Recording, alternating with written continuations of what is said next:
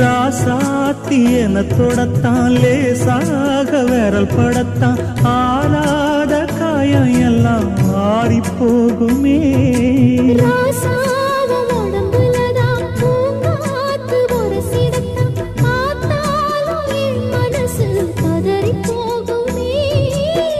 சாமியுண்டு காவலுக்கு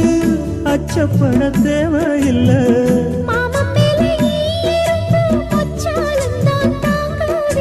கலையாத வாசம் நாம் கொண்டாடும் நேசம்